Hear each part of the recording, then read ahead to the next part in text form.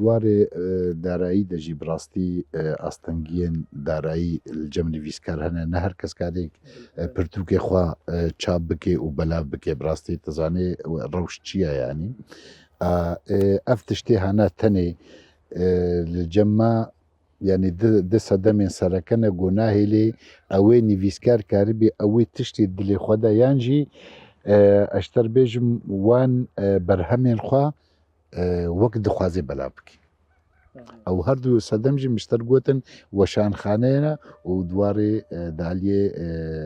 شاپەمەنیەدا ئانا vêkê lê de romaneke min li ber çapêya navnîşana wê jî dibistana Gendeliyê ye ji ter bêjim ji xwe komek çîrokê min jî heye Kurta çîrokin ew jî yet nazîna û dîwaneke helbesta ye heştê helbestên tê de ye ez ê bixêr demek nêzik de ez ê wan açam ji min re armanca bi rastî ez ji wêjeyê gelkî hes dikim û heya jiyanê bim ez ê binivîsim ez bi rastî armanca mîsereke jî ew e xizmeta miletê me wêjeya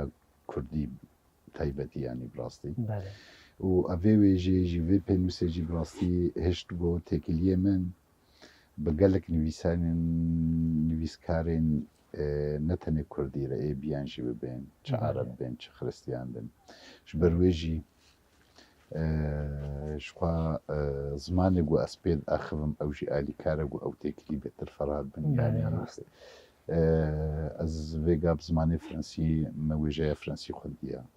zimanê Erebî ji xwe pêm li dibistana xwendiye zimanê Kurdî zimanê mî dayîkê ye û ez Xristiyanî diaxivim û her wiha Tirkî jî yanî vêce ev xwe jî ji min re dibine alîkar bû ez karibim bêhtir ez hem bibînim jî û hem ez bigihînim